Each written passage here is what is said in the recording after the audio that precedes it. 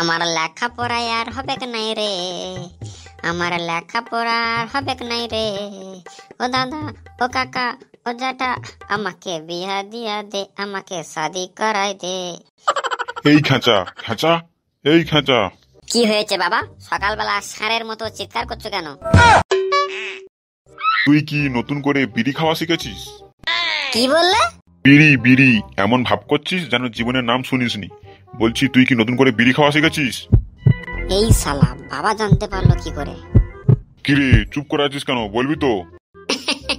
কি যে বলো, বিড়ি কিভাবে ধরাতে হয় সেটা আমি জানি না, আর তুমি বলছো আমি বিড়ি খাই। তাহলে বাথরুমে বিড়ির গন্ধ এলো কি করে? সেটা আমি বলবো কি করে? বাথরুমে বিড়ির গন্ধ এলো কি করে? তুই তো এক্ষুনি বাথরুম থেকে এলি।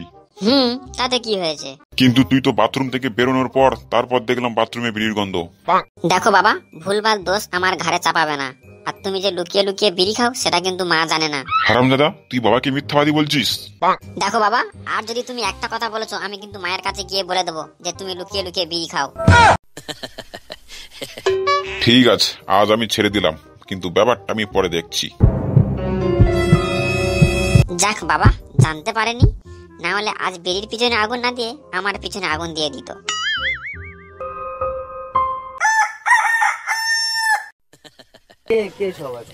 ওই জামার সঙ্গে শুতে চাই শাশুড়ি। মারলো হলের বিচি টিপি ধরিছে, পাউরুটি মিষ্টির সঙ্গে কি একটা খাইয়ে দিয়েছে। খাওয়ার পরে অসাড় হয়ে গেছে। অসাড় হয়ে গেলে তখন মাথায় ফাতায় বাড়ি দিয়েছে। বাড়ি ফাড়ি দিয়ে লাস্টে। ওই খেঁচা, তুই কি কোথাও যাচ্ছিস? হ্যাঁ বাবা, সারাদিন ঘরে আছি, তাই বলি একটু বাইরের দিক থেকে ঘুরে আসি। আচ্ছা সে যা, ঠিক আছে, কোনো প্রবলেম নেই, কিন্তু যাওয়ার সময় আমার জামার পকেট থেকে 10 টাকা নিয়ে যাবি, আর আসার সময় আমার জন্য 1 বান্ডিল বিড়ি কিনে নিয়ে আসবি। কিন্তু বাবা, 1 বান্ডিল বিড়ির দাম তো 12 টাকা, 10 টাকা কি হবে? আরে না না, 10 টাকাই নেবে। না না, 12 টাকা। আরে বলছি 10 টাকা নেবে। আরে বলছি 12 টাকা নেবে। আরে না না, 10 টাকা নেবে বলছি তো। দুর্বল, তুমি বানা বেশি জানো। দুদিন বিড়ি খাওয়া শিখে নিজেকে কি বিড়িখোর মনে করো? আমি নিজে কাল দোকান থেকে 1 বান্ডিল বিড়ি কিনে নিয়ে আসলাম, 12 টাকা নিল, আর তুমি বলছো 10 টাকা বান্ডিল।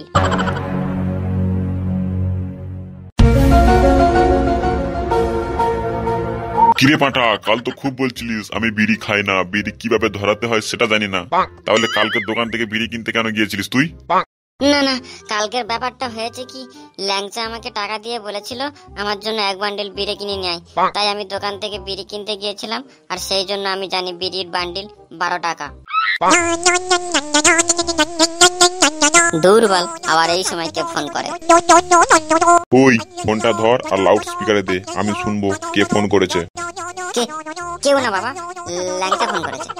বেশি কথা না বলে ফোনটা লাউড স্পিকার দিয়ে কথা বল, না হলে কমচির বাড়ি দিয়ে পিছন এমন লাল করে দেবো যে হাঁকতে গেলেও বাপের কথা মনে পড়বে।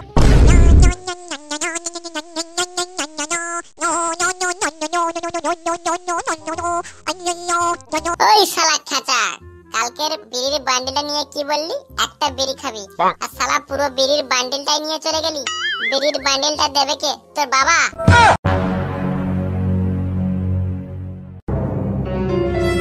হারামজাদা, আমি কাল ঠিকই ধরেছিলাম যে বাথরুম ঘরে বিড়ি তুই খেয়েছিলিস।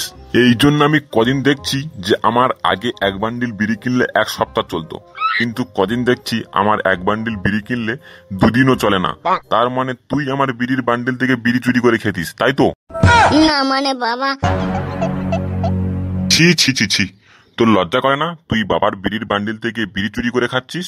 তোদের সময় তখন আমরা বাবার পকেট থেকে 1 টাকা চুরি করে লেবু লজেন্স কিনে খেতাম, আর তুই কি না বাবার বান্ডিল থেকে বিড়ি চুরি করে খাচ্ছিস, হারামজাদা। লজ্জা করবে কেন? দেখো বাবা, দোষ কিন্তু তোমারও। তুমি তখন টাকা চুরি করে লজেন্স কিনে খেতে, আর আমি এখন তোমার বান্ডিল থেকে বিড়ি চুরি করে বিড়ি খাচ্ছি। ও, তাহলে খুব তো আইন শিখে গেছিস। শিখবো না, তোমার ছেলে তো আমি। আচ্ছা, তাহলে তখন আমি টাকা চুরি করতাম বলে বাবা আমাকে জুতো খুলে কেলাতো, আর এখন তুই আমার পকেট থেকে বিড়ি চুরি করে খাচ্ছিস, তাহলে আমি তোকে প্যান খুলে কেলাবো। তারা হারামজাদা। প্লিজ আমাকে ক্ষমা করে দাও, প্লিজ।